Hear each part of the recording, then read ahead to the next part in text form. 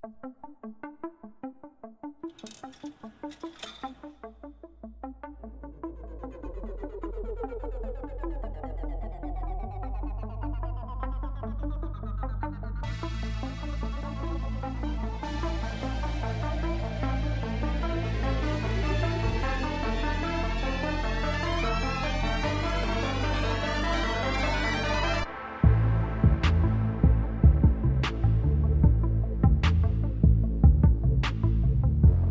everybody, and welcome to Some Patches Required, a show where we hope to educate and entertain you on the ever-turbulent games industry.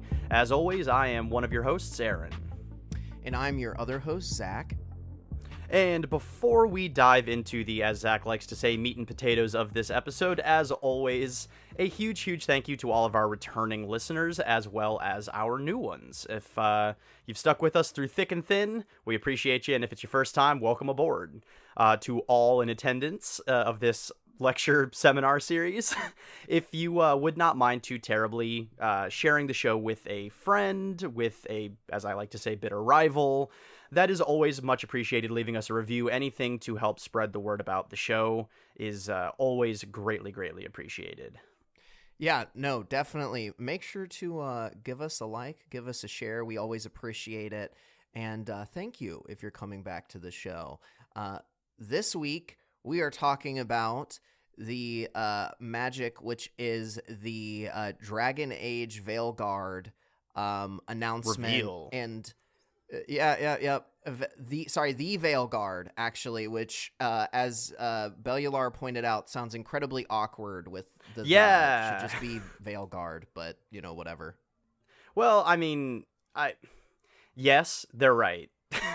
That's the is very clunky, but also the original name for the game, Dragon Age Dreadwolf, was also very clunky. I mean,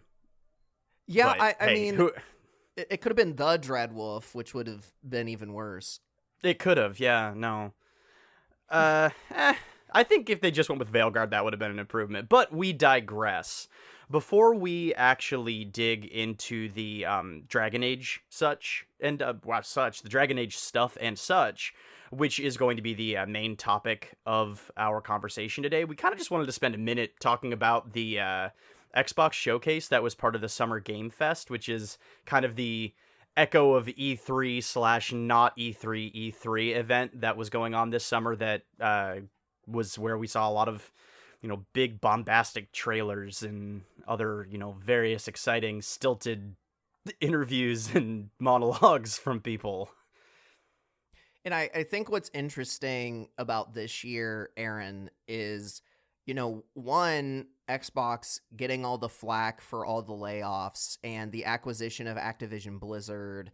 And just generally speaking, I feel like Microsoft has kind of had its name dragged through the mud. I mean, I think in a lot of ways so is Sony. But the interesting thing is this season of showcases, the general consensus has been that Xbox kind of air quotes won in the tradition of, you know, I know there's a lot of outlets, they talk about like who won E3, right? Yep. And a lot of people feel that Xbox won this year. And what I will say is I was really happy. I watched the PC game showcase. I can't remember the exact name of it. And then the Xbox showcase.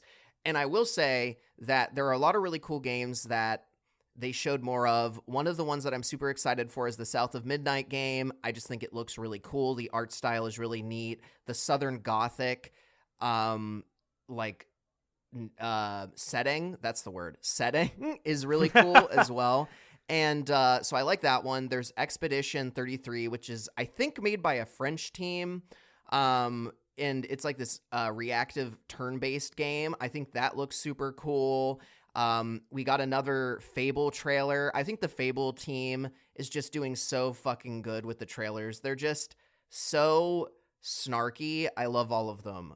But I agree. I think Xbox did a really good job. I don't know if you were able to catch, you know, the whole showcase, parts of the showcase, but what are your thoughts based on what you know? Yeah, so I tragically was not able to get the entire showcase in, but by all accounts, Xbox's presentation at this event was arguably the closest thing we've gotten to like a grand E3 showcase. in a while, and certainly it's the first time that Microsoft has really managed to flex its very expensive newfound IP muscles. Because it finally came out of the gate with what Sony traditionally has excelled at in these types of showcases, which is it brought the games. It brought games that people wanted to see. It brought games that people wanted to play. And it did so in a way that, by and large, actually showcased most of those games positively. Whereas, in I believe I just hit my microphone again because I'm a professional. You like talking with your hands, you're just I out there do. slapping side to side. Sometimes it hits Yeah, the mic. basically, yeah. No, I was gonna say in this particular situation, directly competing with Sony's first party lineup is pretty sparse at this stage in the PlayStation 5's life cycle. So a lot of their more, interesting announcements were, cross publishing onto PC, or their new hero shootery kind of looking thing, which sure, but Another one. exactly, that kind of feels like old news. Getting confirmation of another Doom game in this reboot series is exciting to me, someone who thinks that both Doom and Doom Eternal, very different games, are both exemplary shooters. I think by and large it was an impressive showcase. It's another great day not to be a fanboy of any particular console. Yeah, well, this is kind of because I don't want to stay on this topic for too long, but I think that the Xbox showcase really illustrated the strength that Microsoft has as compared to Sony in terms of the breadth of genre and type of game that they have studios working on. Because we got things as, just generally loved as Call of Duty, right? Like, as safe of a bet as Call of Duty, to things like Frag Punk, which is this weird, like, card-based FPS game where I guess you use a card and then it changes the rules of the game. So you can, like, make people's heads bigger so they're easier to headshot and do all this other crazy stuff. I have no idea if the game will do well. It's an interesting concept. We'll see what happens. And I guess technically I should have said Mixtape, because I think Mixtape is a game that's made in conjunction with is it A24? Yeah. Yeah, I think A24 is making a huge push into games. Yeah. So it's like an A24. I'm pretty sure the entire game is set to like a mixtape. That's a pretty cool concept. A bunch of it's like a bunch of I think it's 80s music, maybe it's 90s. I don't know. It's a bunch of older music. Because it's really trying to do like a callback to, an older time, a simpler kind of time. It gives me kind of like Stranger Things vibes in that way. But anyway, Xbox, lots of variation. I think that's really good for them. I think that's just a smart move in general. And we'll see how it plays out, though.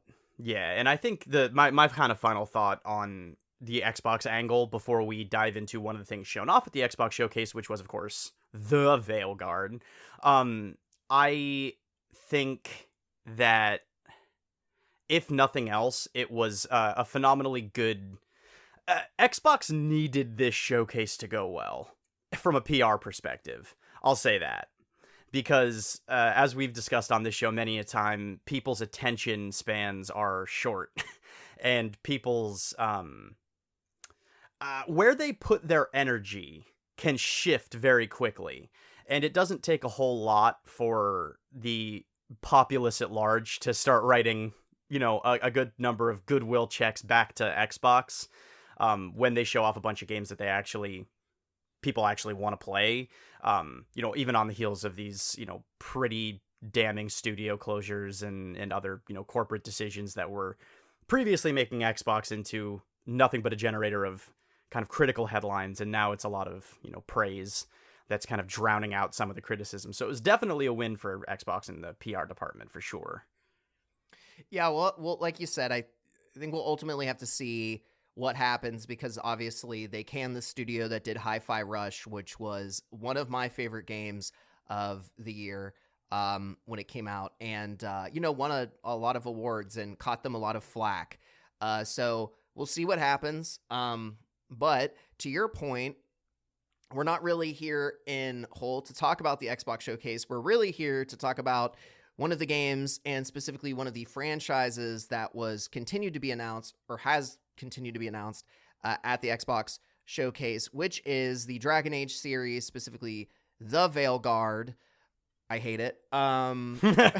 Thanks. I hate it. Thanks, Lindsay Ellis. Anyway, I've been watching a lot of her and Jenny Nicholson recently. Anyway, that doesn't matter. But what does matter, believe it or not, I actually just fell down a Jenny Nicholson hole. Oh, did you? Oh, God. Yeah, literally within the last week. Just kidding. This is a Jenny Nicholson episode. I'm sorry, everybody. We are no longer Huzzah! doing We are now talking about Galactic Star Cruiser, a 4-hour long. Anyway, no. Which I watched every minute of, and it was great. It was very good. I never mind. Evermore was also a good episode, but I'm watching that one right now. Yeah, no, that was a good one. Anyway, we digress. So we don't side tangent. Dragon Age had a trailer come out, was not particularly well received. I remember when I watched the trailer, Aaron, with a bunch of friends. Yeah. I have one of my like non-critical friends who was generally not super down on it, but I remember just like watching it. I was like, what is the tone of this trailer? Like, yeah. It just did not sell the dark fantasy that I envisioned Dragon Age as. And now, granted, I started playing with Origins, which is by far, in my opinion, the darkest of all of the games. But this new Dragon Age, just the way that the text looks in general, the like purple, the colors, it just doesn't feel as gritty to me in general. But this trailer did not do a good job of helping, cement my feeling, or it didn't do a good job of absolving. That's not the right. Dissolving is the word I wanted to use. My concerns, like getting rid of them, Yeah. So, to provide a little bit of context for this, but I've done the mic thing again. BioWare announced the name change from its working title for the last couple of years, which has been Dragon Age Dreadwolf, to the Veilguard in advance of a reveal trailer. The reveal trailer was in advance of yet another gameplay trailer.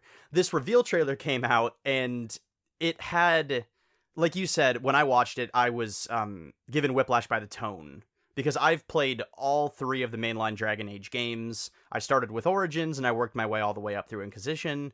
And yeah, to look at the general tone of Dragon Age Origins, which is a kind of a grungy sort of street level fantasy aesthetic, it's kind of nasty sometimes, in comparison to the Veilguard, the Veilguard trailer.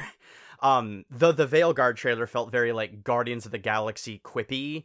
It felt like there were like hero splash screens for the different characters and their classes that'll be in your party for the duration of the game. And yeah, tonally it just felt completely out of left field, which of course, in my opinion, fairly generated a lot of headlines saying this is one of the problems with trailers in general, is that trailers are often edited by completely separate parties from the development process. And so there's often a miscommunication between the tone that the development team is actually going for with the full product and the tone that the marketing people behind the trailer are going for with that one limited piece of marketing material. However, everyone pretty much agreed that that was a bad way to announce this game, because it did not feel in any way like Dragon Age.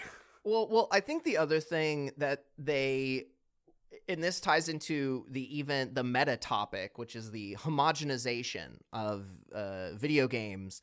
And I think, hero shooters were such a big thing for a long time, and every big company was trying to have their hero shooter game.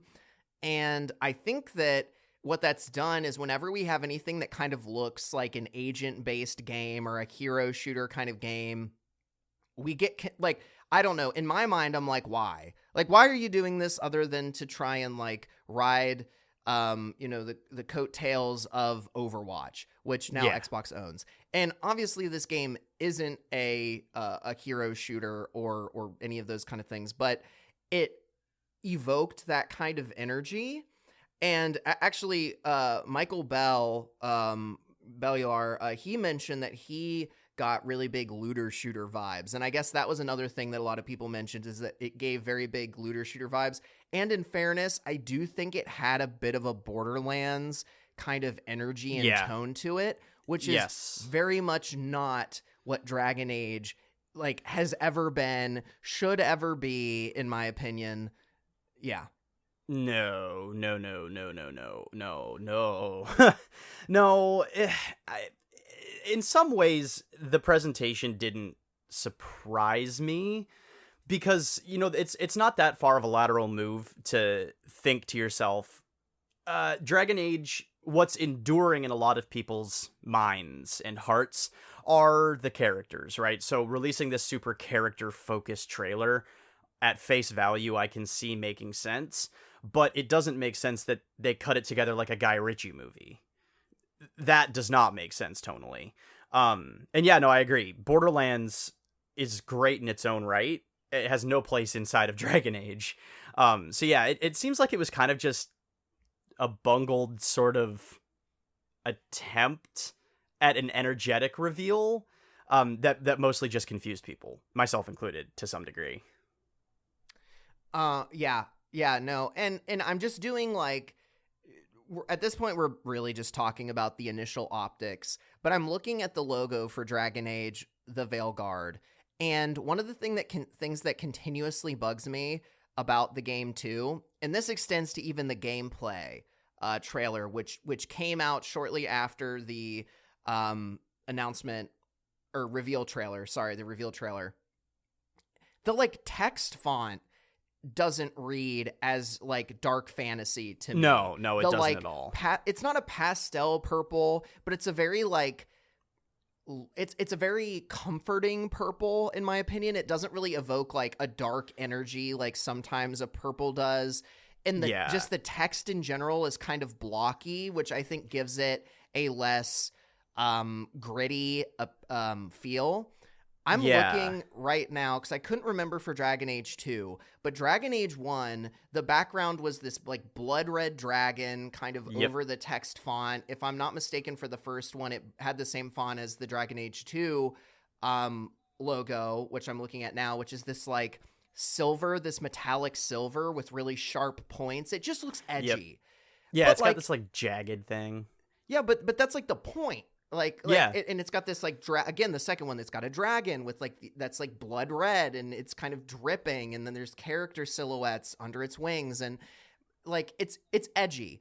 Dragon Age is an edgy game. Like, at least its roots are in that. And so I guess all of this to say, for me, watching this trailer, looking at the like text choices, the just ultimately the UI choices that they make, definitely gives me some tonal concerns, because I really like Dragon Age when it's kind of like this gritty, dark fantasy kind of a game.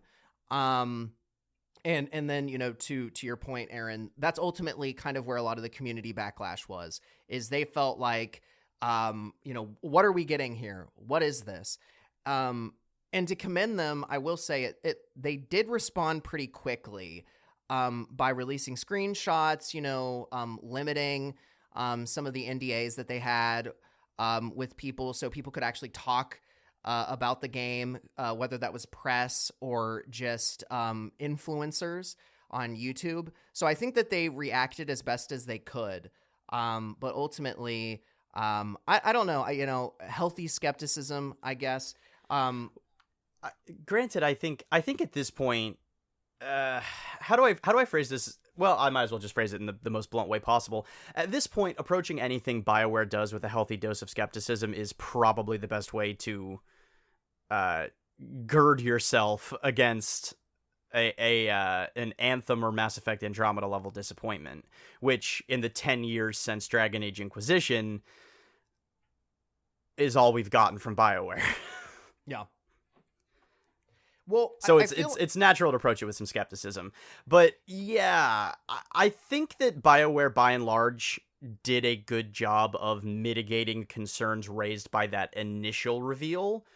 kind of refuting the hero shootery, if not aesthetics, then the hero shootery sort of vibes that the trailer gave off. But when the full gameplay reveal came, it came with its own sort of more nuanced set of concerns, I think, from people, myself included. Yeah. Well, what were your thoughts, having seen the actual gameplay trailer itself? I think, in fairness, the first thing I'll just say before you jump in, because I'm curious about your opinion, I do think the gameplay trailer looks more dark and brooding than the reveal trailer did. Like I said, I still have issues with like the UI. I think their UI choice is honestly kind of cheap looking. I just don't think it looks that good.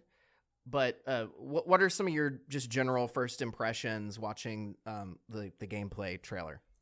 Yeah, so this is not going to necessarily be the most original thought, and probably if you're aware of this conversation around the internet, then it's not going to be the first time you've heard it. But the first thing that I thought after reading some comments from the developers and watching the gameplay reveal is that I'm going to be playing the Mass Effect 2 of Dragon Age, which isn't inherently bad if it allows BioWare to focus on its strengths, which have always been storytelling and character work.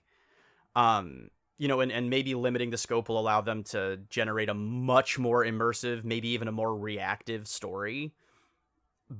But yeah, it feels very streamlined. It feels like even more of Dragon Age's, kind of nuts and bolts Baldur's Gate-y RPG, CRPG roots have been dug out, right? It is fully modernized with nary a hint of the sort of tactical elements that were present in the first games.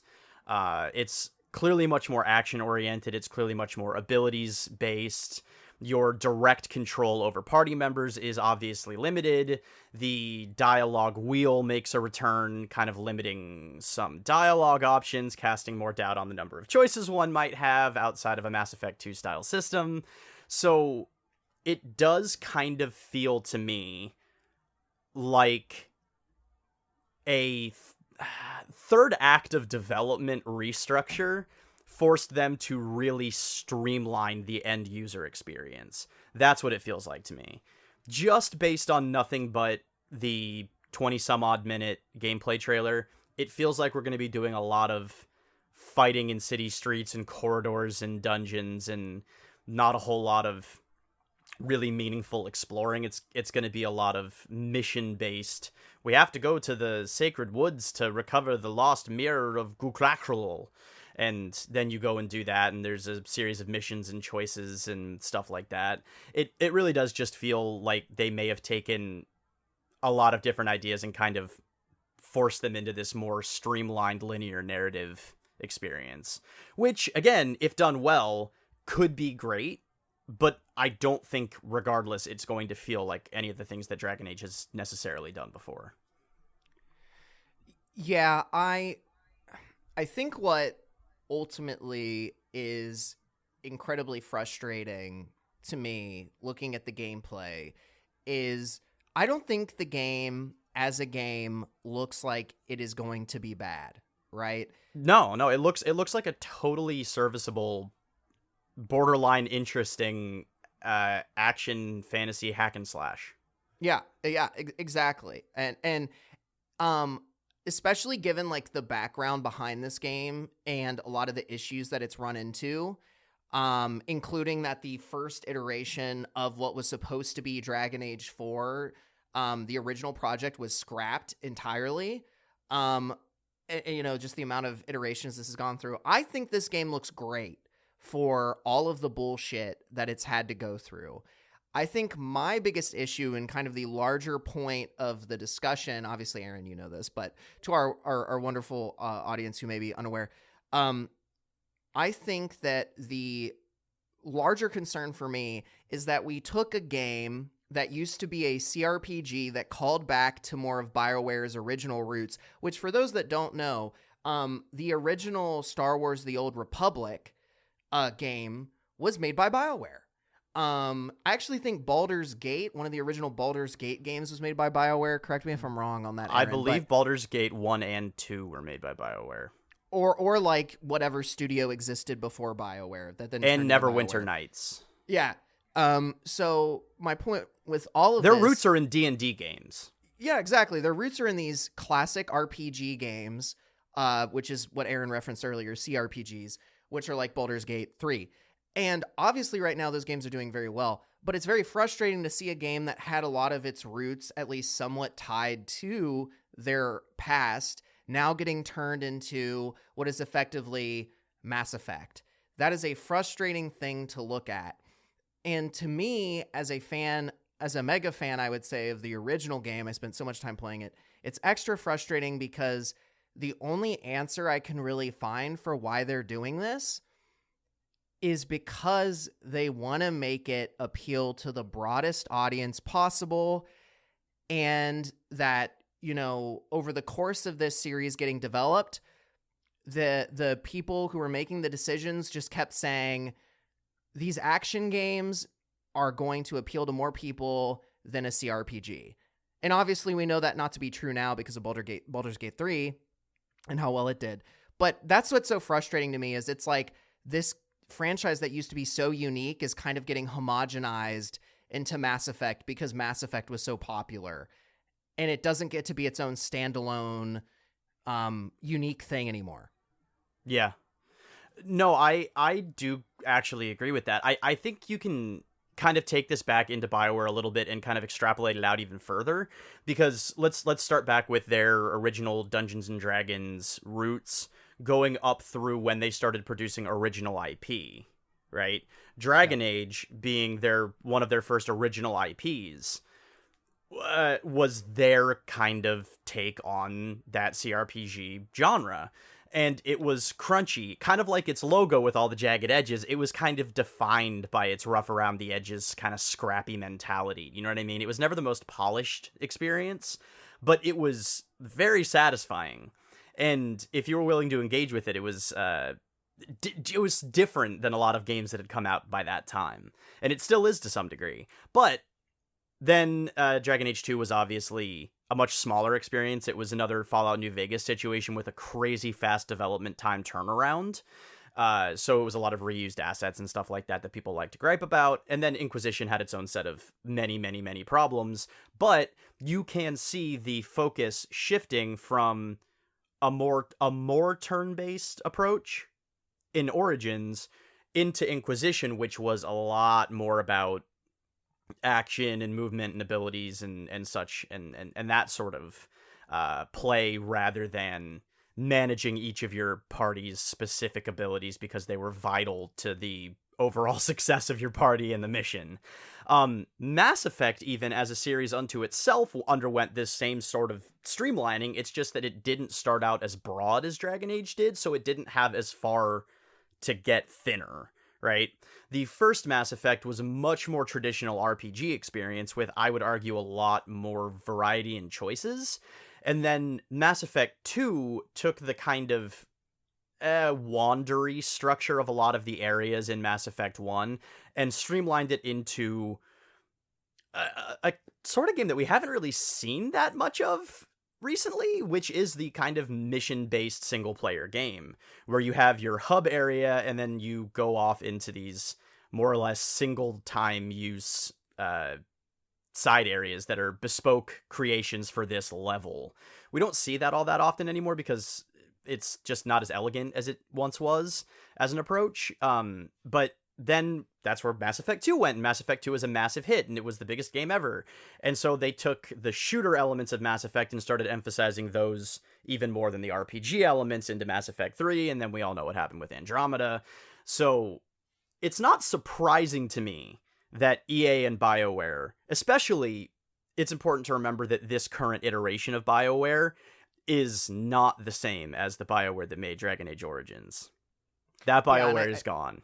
I think that that's an important thing. I mean, I'll be honest, that's even an important thing for me to remember. I know in the Veilguard video that we watched for prepping for this, he mentions, why isn't this something closer to a Dragon Age Origins, more like Dragon Age Origins 2? And the answer is that it's not the same team that made Dragon Age Origins. They don't have the same tech. They're in a completely different engine. They don't have the same tools. They don't have the same pipelines. For them to make a actual CRPG or something closer to a CRPG like they used to make would be harder because they just don't have that talent anymore.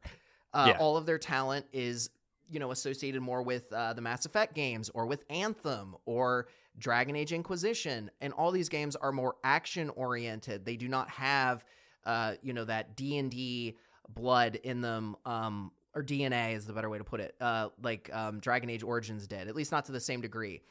I think the important thing is, though, to the larger discussion, this kind of homogenization, and really the reason that I think it's worth having a larger conversation around, Aaron, is it's happening in more than just Dragon Age.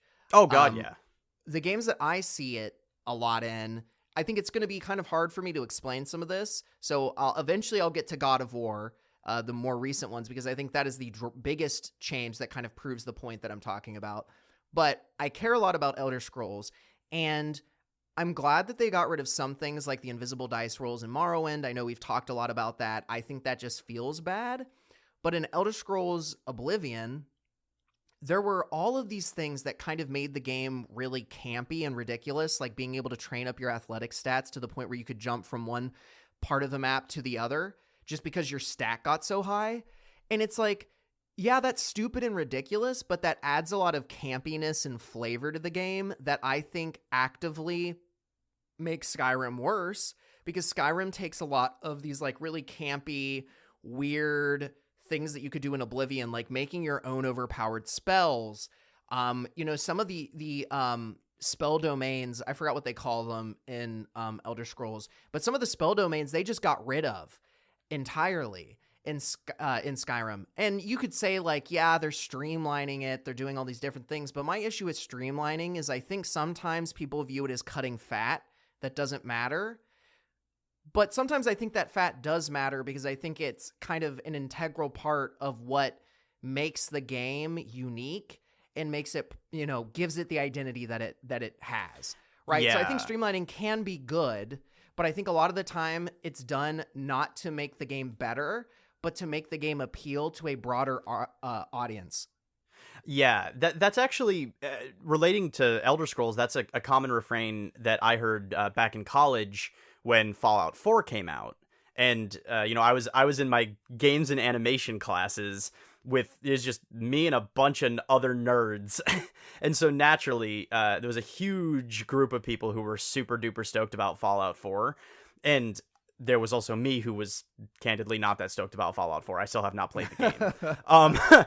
But that's just because I have a lot of gripes with Bethesda. They are the only team that can make their games and the only team incapable of making their games. It's amazing. But I got to watch this all kind of play out among a group of diehard fans. And the general consensus was, as far back as when Fallout 4 came out, like in the beginning, my friends were getting frustrated about how streamlined the experience. They were like, yeah, the shooting is better, but the RPG elements feel way more limited than they ever did before. And then they would compare it to New Vegas and New Vegas to Fallout 3, and then that whole conversation would continue ad nauseum. But yeah, like the general consensus is that the immersion, the feeling of being in that world, the feeling of actually being able to play out your specific character fantasy in that world was becoming so much, the opportunities were so much more few and far between. The actual like methods of expression were limited in a lot of ways that people felt, wasn't necessarily to the benefit of the series at large.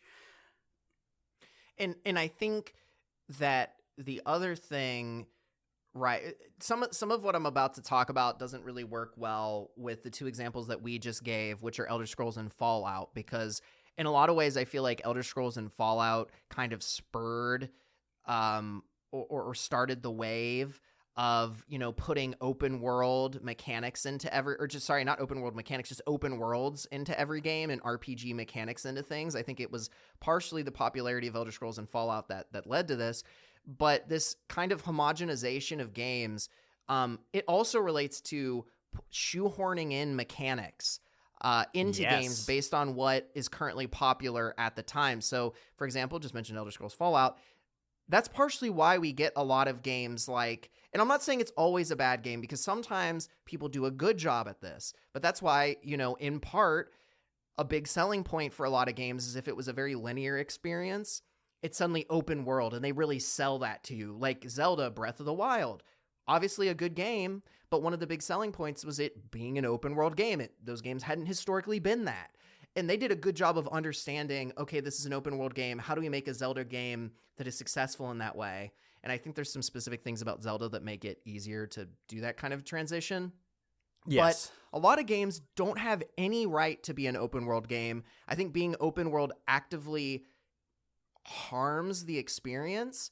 And what I know for a fact is that RPG mechanics certainly do not have a place in a ton of different game genres where they magically find themselves existing in randomly.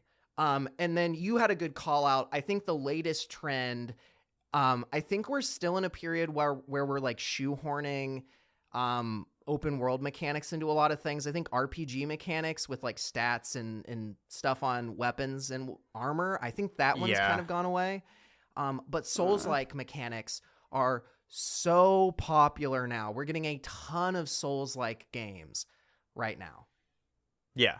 I mean, we can take that and extrapolate it into a little bit of like roguelike mechanics being hugely, hugely popular, but specifically the Souls-like mechanics just being kind of plopped into games, seemingly without a whole lot of... My favorite example of this comes from the Respawn Star Wars games, the Jedi series. The Fallen, Jedi Fallen Order and Fallen Order and Survivor, which are candidly actually both pretty good games. I played the first one and I enjoyed it quite a bit. I'm about halfway through Survivor and I'm enjoying that one. But in universe alone, for what reason is it that every time you meditate, it brings a bunch of stormtroopers and droids back to life? Why is that there other than you wanted that mechanic?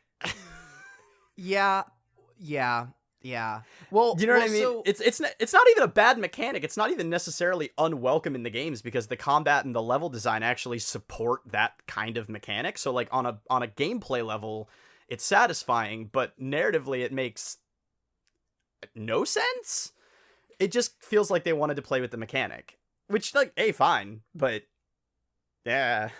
Yeah, it is interesting, and I was going to try and bring this point up later in the conversation, but I think I need to bring it up now because I can already hear, I hear it in me being like, why are you, complaining about, because like you said, I think the Jedi games are actually great. I'm not upset that they're like a Souls-like game, right? Like, I don't think there's an issue with making a new IP and following a specific genre of mechanics that you like. Like if you want to make an RPG game with an open world that has Souls-like mechanics and you understand how to implement all those mechanics together and make a compelling game, you fucking go, girl. You fucking kick butt. You serve, right? I don't care. Like, have a good time.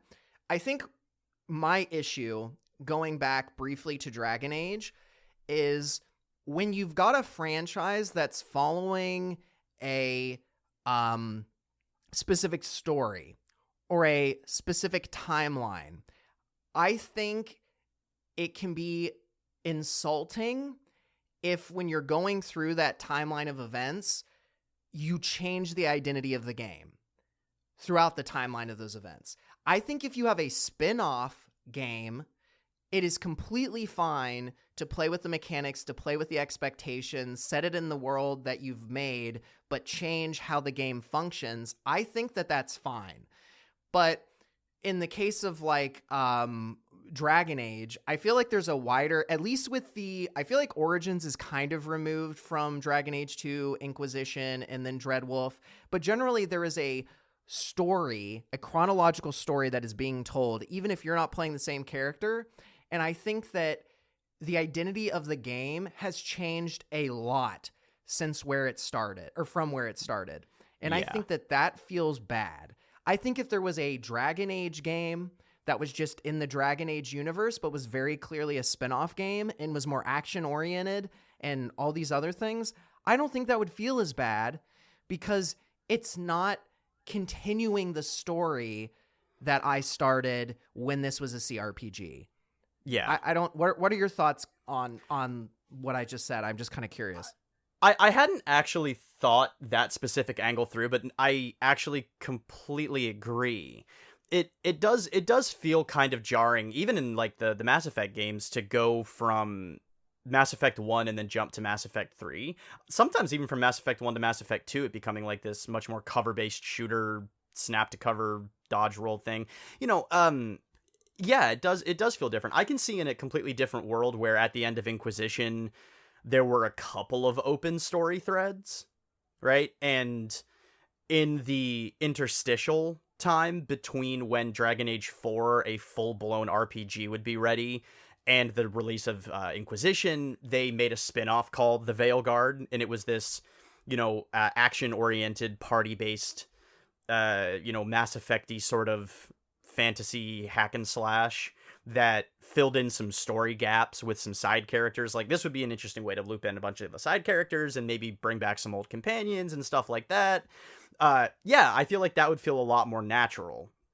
But this being a direct continuation of a story that we were last engaged with 10 years ago in an open world RPG that followed 1.5 open-ish world RPGs, it does feel jarring. It doesn't make the overall experience feel very cohesive, right? It kind of gives up the game in the sense that there's no pretending that this story was written out and planned from the jump. You know what I mean? No. This is not a Breaking Bad that clearly had a start point and end point in mind. This is evidently something that's not been curated from the top down from the beginning, which is fine.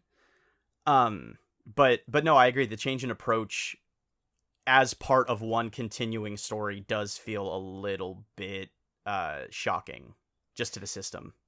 Yeah, and the more we're kind of having this discussion too, Aaron, it's kind of funny. I'm like starting to be like, man, am I like being a curmudgeonly old man with my video games? Where I'm like, I like the way things used to be.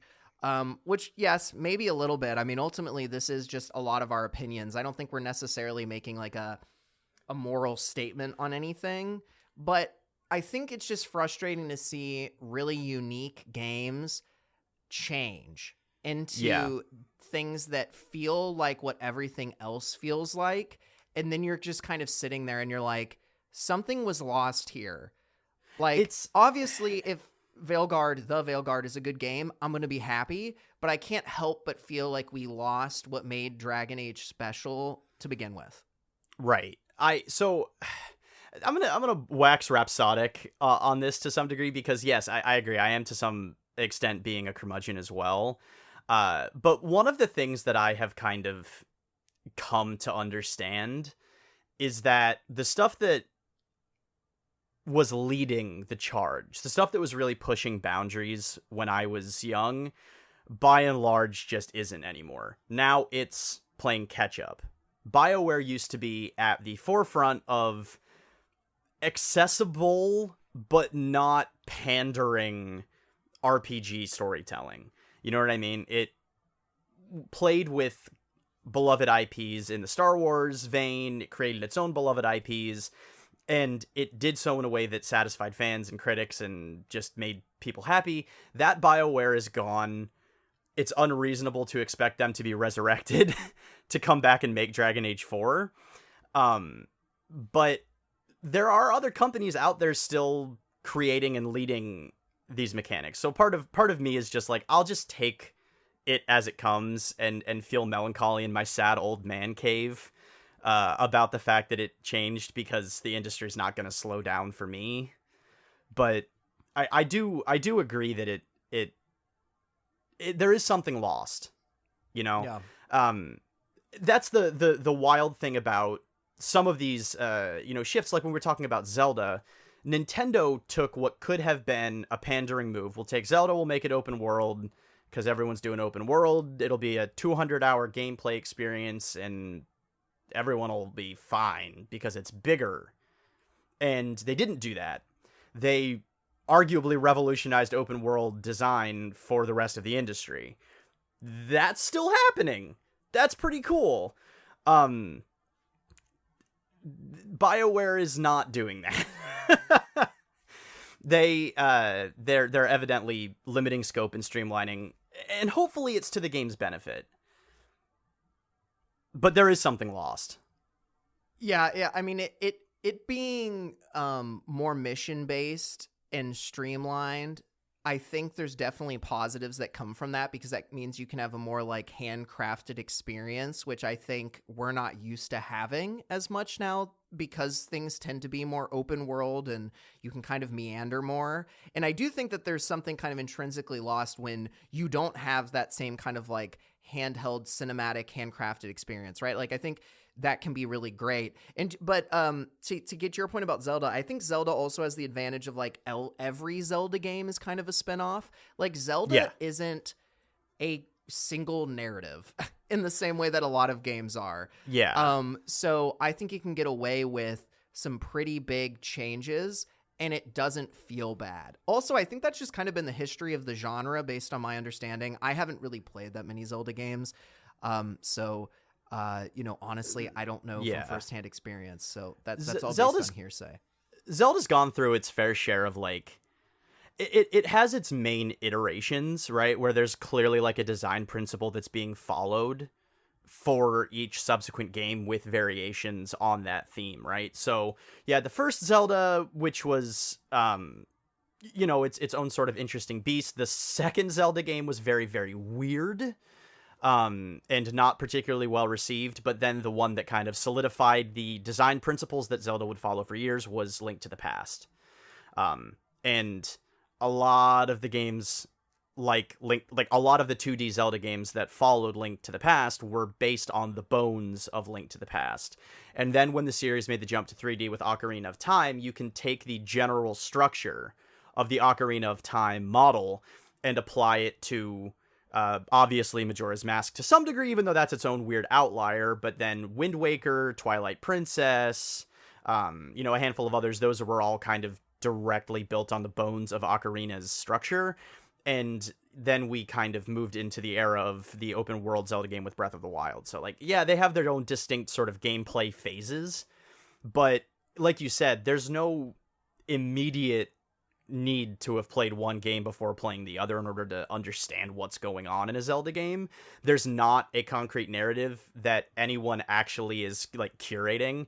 The timeline is a mess, and I am ever more convinced that Nintendo genuinely just doesn't actually have a timeline. They're just putting games out and saying, well, we'll come up with justifications for where those fit in later.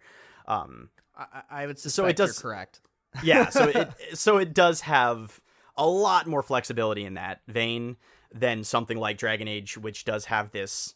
I mean, its sales pitch is its narrative, right? I mean, the mechanics obviously bolstered that narrative, but its sales pitch is its characters and its narrative. And as a continuation of that, it's a lot harder to justify a complete direction shift than it would be in something like a Zelda, where each thing is a semi-anthology. Yeah, no, I definitely, I think people generally play Zelda games more for the minute-to-minute gameplay feel rather than the narrative. To your point, I think Dragon Age is played for the story more than it is played for the minute-to-minute gameplay and how that gameplay feels. I'm just looking at the time. I do want to bring up God of War real quick. And an example of where, well, I guess it depends on where you sit, but I think God of War is probably, at least for me, a franchise that had a complete genre gameplay shift that worked out positively for me, right? Yeah. And that is the original God of War games. It was made in a different time. I honestly don't really have a bunch of issues with it ultimately, but they're very like focused on the male gaze. They're very hack and slash. They're very brutal, gritty. You know, I feel like half of the appeal of those games, I remember watching them when I was a kid, it was like, how does Kratos kill this character? And it was always so over the top and awful. And that was kind of the point. And then, you know, obviously we get God of War 1, 2, 3. They hold pretty fast to that general formula. And then we get the God of War, not reboot, but continuation reimagining. Seaboot, yeah, whatever. And, you know, you get a very different game. It goes from being this hack and slash to a third-person, over-the-shoulder game with RPG mechanics and an not entirely open world, but more open world, where Kratos is a more thoughtful character. And there's much more of an emphasis placed on the story. And I could see where people would look at that shift and be like, this is not the game I wanted. This is not the type of game that I fell in love with. This is a complete abandonment of Kratos' story and the way the games felt. I could see that. Yeah. But this is an example where I would never play the original God of War games. I did play the, as Aaron referred to it, the C-boot.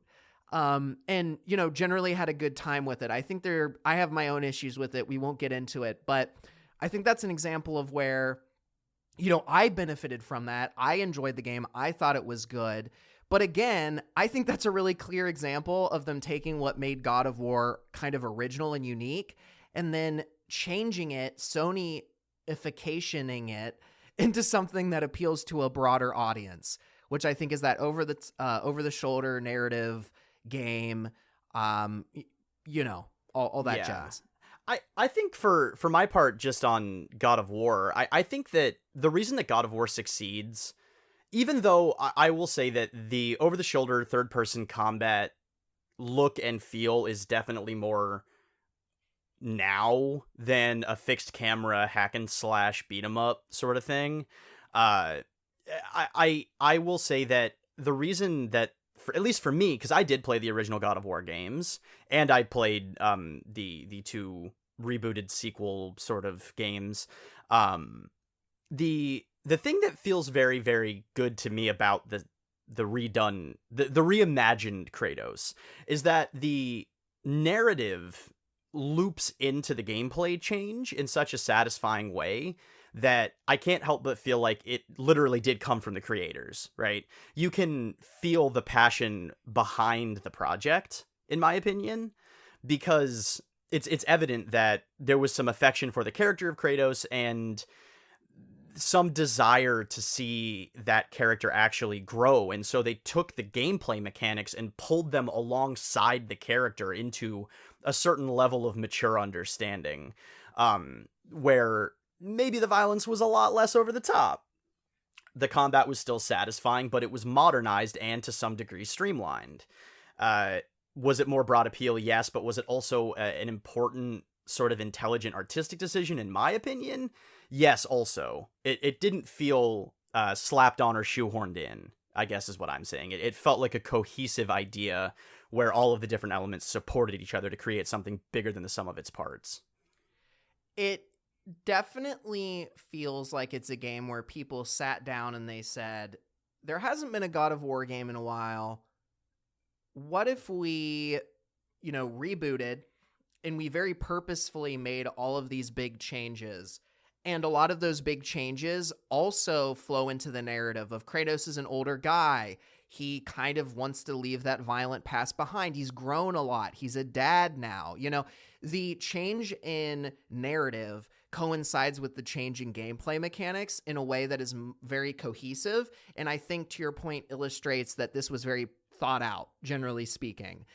I would argue that for a lot of games, that is not thought out in the same way. And a lot of the time, in the example of like the Dead Space franchise, it ends up becoming less about horror and more about action combat in these big cinematic moments because that's what your publisher wants. That's what you're being told sells. It's not really your vision for the game, but you're being told you need to put that in to appeal to more people. Yeah. Yep, and that's exactly what happened, especially with like Dead Space 3.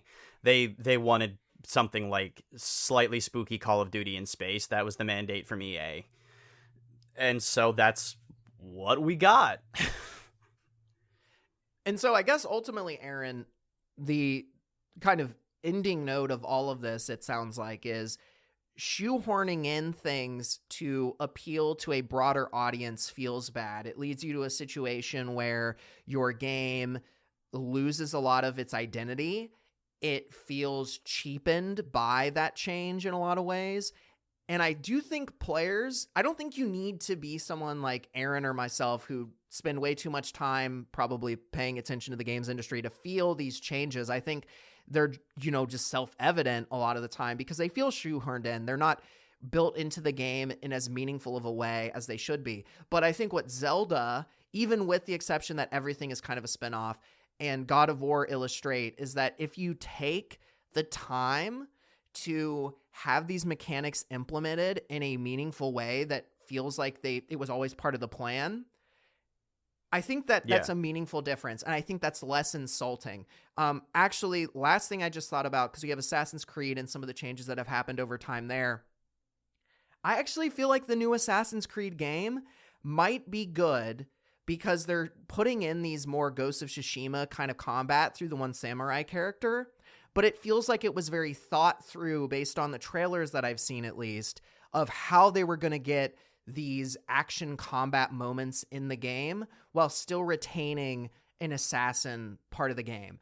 And so we'll see what happens. I could end up eating my, words there, and I'm completely wrong, but that could be a game where what we're talking about in terms of like actually fully planning things out might take place. Time will tell, I guess. My suspicion with Assassin's Creed Shadows is that it's going to end up playing, and I could be wrong, I haven't done very much digging, candidly, because Ubisoft makes me tired. I agree, I don't really like most of what they do anymore. But I have a suspicion that it's going to end up playing a lot more like Assassin's Creed Syndicate, where you could play as either Jacob or Evie. Jacob was meant to be like your street brawler sort of character, and Evie was supposed to be a much more traditional assassin character. But what it boiled down to was there were a couple of unique abilities that kind of pushed each person in one direction or the other, but it never felt like you couldn't do large-scale combat with Evie or you couldn't do stealth with Jacob. So it was kind of a mixed bag in that one. I don't know how much they will have learned from that experience. I don't know how well that idea is going to translate to a 150-hour open-world RPG set across 1/3 of the entire island of Japan or whatever. But, we'll see how that turns out. My hope, you make me feel like it's going to be bad now. You know way more about those games than I do, so maybe I already retract my comment on the new AC game. I'm always skeptical of them, if I'm being honest, but I don't know. I'm cautiously optimistic, but I've been burned by Ubisoft too many times to trust anything that they put out at face value. So again, that's not meant to be doom and gloom, but take Ubisoft with a healthy dose of skepticism most of the time is my rule of thumb. But to relate this back to Dragon Age, just as kind of my closing thought, my suspicion is that these sorts of changes may have come... It's possible that they came less from a mandate from EA to homogenize the game and more from a path of least resistance. How do we salvage what we have and make it the best we can? I have a feeling that with as many times as this particular project has been rebooted and retooled and refactored and reworked, that they had a lot of ideas that weren't coming together in a hugely satisfying final product. So I think that they ended up probably taking a lot of those ideas and trying to condense them into as curated of an experience as they possibly could. I'd be really interested to hear how long this game is supposed to take to beat in comparison to something like Inquisition or Origins, and then in comparison to something like a Mass Effect game, just one Mass Effect game. But I still think there is potential for BioWare to pull out a huge story win, and it's possible that the pivot in gameplay may actually save them from some what could have been very damning Baldur's Gate 3 comparisons, because current BioWare is not going to make a better BioWare game than Larian just did.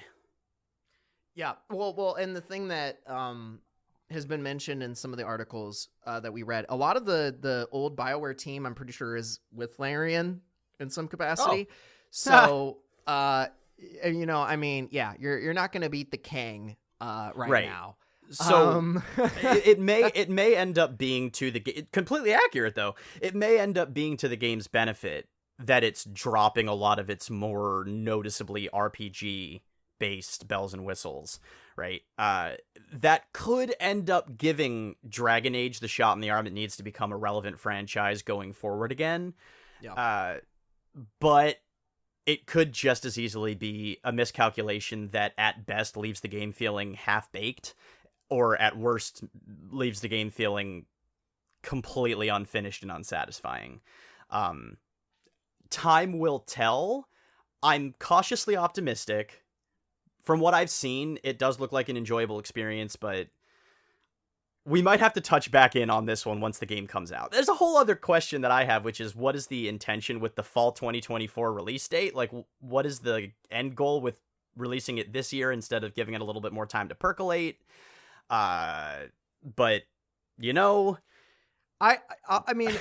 Yeah, I don't know. We'll have to see. I feel like the game looks fairly well finished for what it needs to be. And if it is more linear, it'll be interesting to see what it does. Because, you know, like I said, I just don't think people are used to handcrafted content anymore. I think people have forgotten what you get from a really linear experience, because we just don't get a lot of them other than like COD, I guess. But I haven't played a COD campaign in a long time. So for all I know, there's tons of decision trees in them that ultimately don't matter.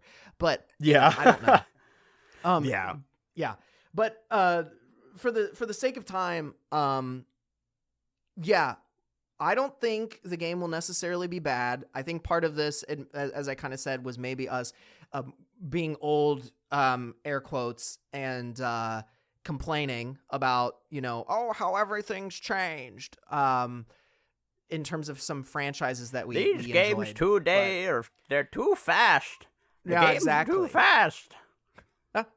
I can't follow need this my action prune combat. juice. I need to be slow and methodical. Make it turn-based. I actually do not like most turn-based games, funnily enough, like straight up turn-based games. But anyway, who knows? We'll see. Maybe we'll check in on it and have some comment in a future episode.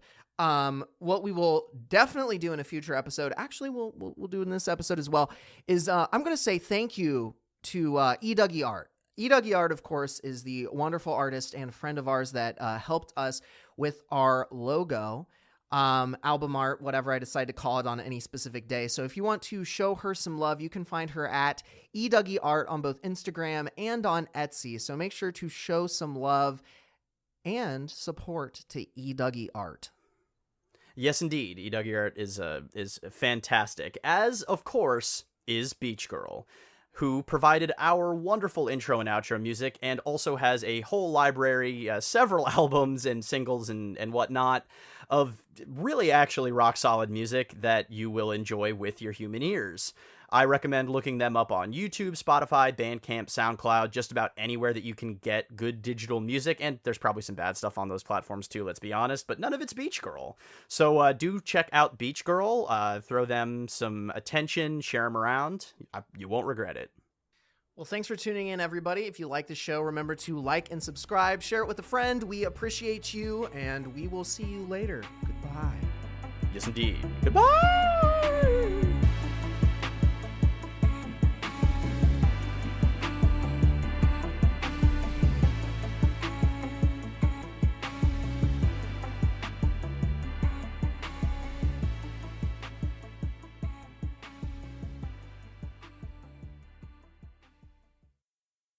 The Veilguard. I hate it.